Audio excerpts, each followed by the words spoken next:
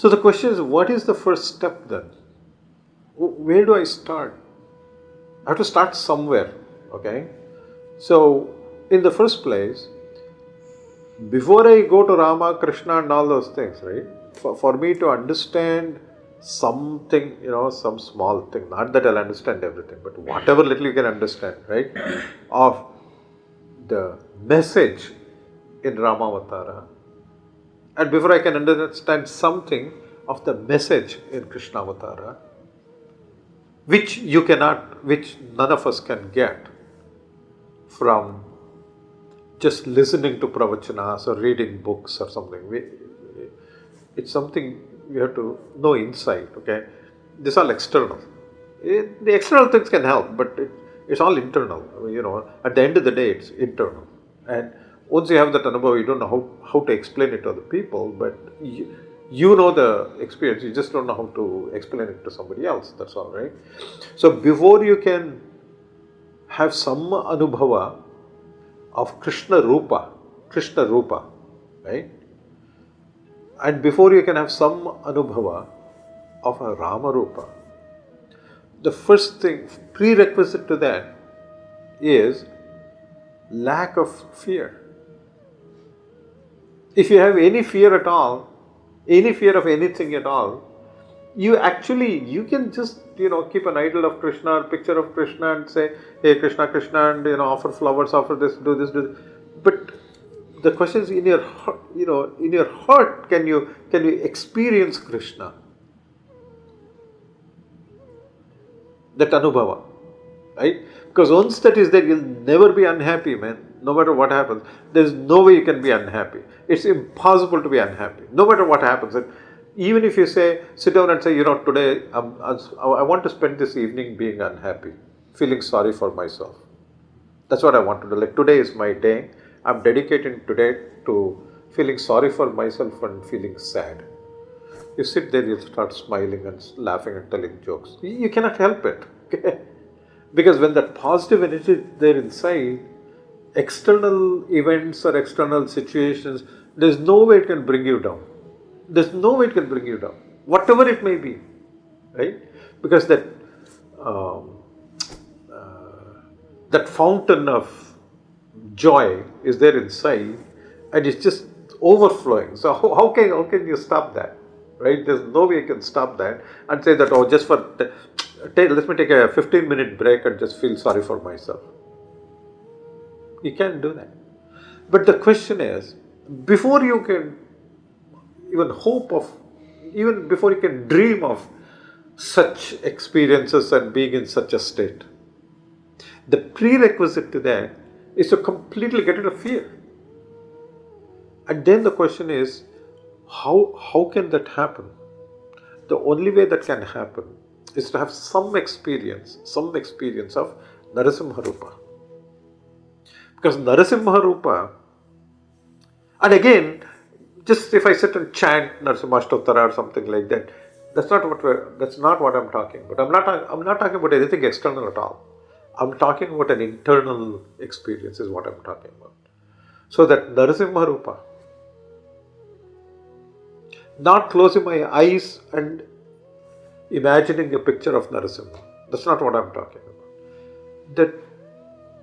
That internal, like a flash, okay, of Narasimha Rupa. If that happens, just once, if it happens, you'll never be afraid of anything in life. If you want to have that experience of that Narasimha Rupa, then is there any prerequisite for that? Like, can I just sit here? So what do I do? You may say, okay, fine. That's good. Again, I'm not disagreeing with you. So I want to have Narasimha Rupa Anubhava inside. I would like that. So what do I do? Do I chant Narasimha Stottara or what should I do? It's not anything chanting outside. Okay. Everything we are talking about is an internal experience is what we are talking about. We're not talking about anything outside at all. People outside need not know, need not see. Like it may look like you're doing nothing. Okay. he may be doing nothing outside, but internally there may be things going on with suddenly that flash. And you cannot say, let that flash happen now. Narasimha will come when he wants to come, that's all. Right? Hare Krishna. So, then you have to focus on that Rupa a little bit. Right? And I'll tell you the prerequisites for that in a few minutes. But let us focus on that Rupa a little bit. On the Narasimha Rupa. Right? If you come with me back to my puja room, I can show you in the Narasimha Saligrama, these two chakras on the pillar, right? The focus, our focus is not about that form where you see a lion face and human thoughts or human body. Is that is just a external thing, and that has meaning too, by the way. But the question is, how should I see Narasimha? What do I focus on Narasimha? You really have to focus on Narasimha, just like the story says. He is the interface. He is the interface between day and night. He is the interface between what is inside and outside. Hostel, near the door is when he sat and got rid of Hiranyakashipu, right? The inside and outside is not our house inside and outside. The Sharira, he is the interface between Pindanda and Brahmanda. That interface, right? You remember that one of my padas says Sandhi, I use the word Sandhi, right? That interface between inside and outside, darkness and light, Ajnana and Jnana, inside Pindanda, outside Brahmanda, that is, as an interface between the microcosm and the macrocosm, as an interface between darkness and light, that is between Ajnana, I don't want to say ignorance, because in one of my books I use the phrase anti-knowledge. I don't know if that makes sense to anybody, but it's the opposite of knowledge. It's not the absence of knowledge, it's the opposite of knowledge. Okay? It's not even incorrect knowledge, it is the opposite of that. Something that will take you downwards. Ajnana. Right? So he is the interface. He is the interface between Ajnana and Jnana, lightness and dark. That's why he came in the evening, between daylight and inside and outside. Man and animal, what does that mean? Idella light, dark, adella people can understand. Inside, outside, they can say, okay, I get it. Interface between man and animal.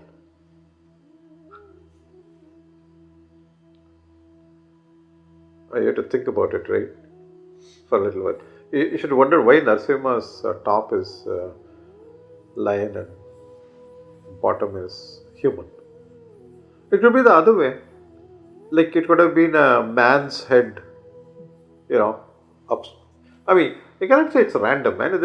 It's like a 50-50 chance. It's like I ask students a question in class, is it this or that? They know that there's a 50-50 chance of being right.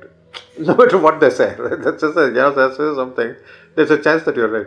So that's why I always ask afterwards, even if they say the right thing, I'll say, why? Because it's not just saying the answer, why? Why do you think that? So similarly here, Narasimha Rupa, when Narasimha Avatara took place, he didn't say, I have to go as Narasimha. So, I can have lion top and human bottom, or I can do the other way. What the heck, let me go like this. It is a Rupa, man. It has to have meaning. It's got to have meaning, right? If we look at ourselves, if we divide the top and the bottom, right? Our bottom part, our specialty is in the top part, not in the bottom part. But if you look at everything below, whatever you do, energy-wise, okay, whatever you do, eating, reproduction, all these things, animals do that too. So what's the big deal about you? What's the big deal about a human? All the animals do that too. Whatever you think you can do, in the downward energy thing, all the animals are doing that. What's the big deal? Your big deal is what is on top actually, isn't it? You're the only one who's got an intellect, buddhi, that differentiates between right and wrong, or the capacity to do that. You're the only one who can recall from chitta, chintana. You can recall from chitta, anubhavas from before. All that possibility is there on the top. Right? But for Hiranyakashipu, when Narasimha Avatara took place, when Narasimha came, it had a human bottom and a lion. Right? Because it is a ferocious form. It's a ferocious form. Animals, and lion, they say, is the king of animals. Very ferocious. It doesn't, a lion, when it goes after a prey, kills it and eats it, it is not going to sit there and, should I kill this animal or not? It's instinctive. It's just instinctive. So the point is, whatever nature, Bhagavanta instincts are nothing. Whatever nature dictates, because that's what a lion does, what the nature dictates is what it will do. It's not based on any intellectual exercise or something like that. Right? It is hungry, it sees a prey, it goes and kills. Not out of any negative thoughts or enjoying that killing or something. That's what it does. Similarly here, it's not out of, they say that Ugra Rupa, Narasimha, people just look at a picture of Narasimha and get scared, right? He was not scary. That Rupa is not scary. For Hiranyakashipu, it was scary, that's all. Right? In itself, it was not scary, because if it was, why would Prahlada go sit on his lap? Little boy, why will he go sit on his lap, man? So it's not the Rupa itself is scary. For him, it was scary, because whatever nature dictates is what was going to happen. What happened that day is not out of any spite against Hiranyakashipu. That's what happens in nature. Right? The bad will get crushed. The good will get protected. That's what happens. Right? So when you realize that Rupa, that Anubhava of that Rupa as the pillar, something that holds Dharma up. Two chakras. One going this way, one going this way. Adharma going this way, Dharma going this way. So whatever holds up, whatever connects that Dharma and Adharma, night and day, inside and outside, whatever that is, even that is not Narasimha. The stambha, the pillar is not Narasimha. What comes out of the pillar is Narasimha. What is inside the pillar is Narasimha. So if you look at Paris today or whatever you look at, again it doesn't have to be that. That's sort of like a graphic sudden thing. Because there's so many people doing nasty things all the time, right? All the time it's happening. If it is not happening in my face, so I don't worry about it. So they don't show it on TV, I don't worry about it. That's all. There's so many nasty things happening all the time. Right? Everywhere in the world, unfortunately, it's happening. But that adharma and dharma, there is something connecting those two things, isn't it? So there are people who follow dharma, there are people who follow adharma. And not that easy to figure out which is which, but in the true sense of the word, that is happening. And whatever is connecting that, whatever is holding up that connection, inside of that, the energy that is inside of that is Narasimha. And that energy, what does it do? So what does that energy do? That energy will do two things. One is, on the top, it will do whatever has to be done, whatever instinct, whatever nature says. A human being on the bottom, we are the only ones who have the capacity we have the capacity to get that, to turn that Kundalini Shakti upwards. No animal can do that. No animal can do that, right? We are the only one who has that capacity to turn that Kundalini Shakti upwards into a spiritual upward journey, which normally would have been just reproductive energy. We are the only ones who can do that. Which means that in the Narasimha Rupa, we also see that. One is on one hand there is this exhibition of the fact that nature will take its course, okay? You don't have to worry, it will take its course. It will happen. You may like it, you may not like it, but it will happen, okay? But there's also the other side of it, which is to indicate that while that is happening, it is also possible at that same time, in that same incident, in the same time, right, for energy to go upwards. For example, like if you again take that same example, you look at, say, go to Paris or something like that, there'll be some good, obviously there'll be good people there, right? Take any place, there's some good people, there's some bad people, everywhere, right? Any race, any religion, it doesn't matter, they're there. So there'll be good people. Those good people, till yesterday morning, might have been just, doing some stupid things, watching football games, or whatever they're doing. This will suddenly initiate for them, they suddenly realize, oh my God, anything can happen anytime. I cannot live in this make-believe world and be worried about small things and, like most of the things, what are we worried about? What am I going to have for dinner? There is much bigger things in life. There are much bigger things in life, and it can end any day. I cannot assume that I have another 50 years or something. It can end tomorrow morning, because you never know what's going to happen. Somebody may come and just shoot me or something. Anything can happen, right? So that realization that every second is important. Every second is important. Every second is a blessing. You never know when that's going to end. That is what will drive this energy upwards. Right? That is Narasimha Rupa. When that realization happens inside in such a strong way, that after that, your life is changed forever. Changed forever. Anybody who went through that experience, I'm sure their lives changed, right? There's no way you're going to go back to your silly things in life. That is Narasimha Rupa. It's Ugra, but it is something that comes out when Dharma and Adharma clash, Dharma and Adharma come together.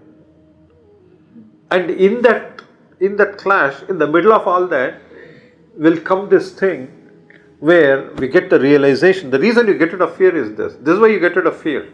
That Rupa gets rid of fear. Because two realizations. One realization that nature will take its course, man. It will happen. Whatever it is, nature will take its course. Okay? Instinctively it will happen. And secondly, that upward turn of energy, where the same energy that was driving me to do whatever I do in life, suddenly it gets turned upwards into spiritual energy. Why will you be afraid after that? There's no way you're going to be afraid after that.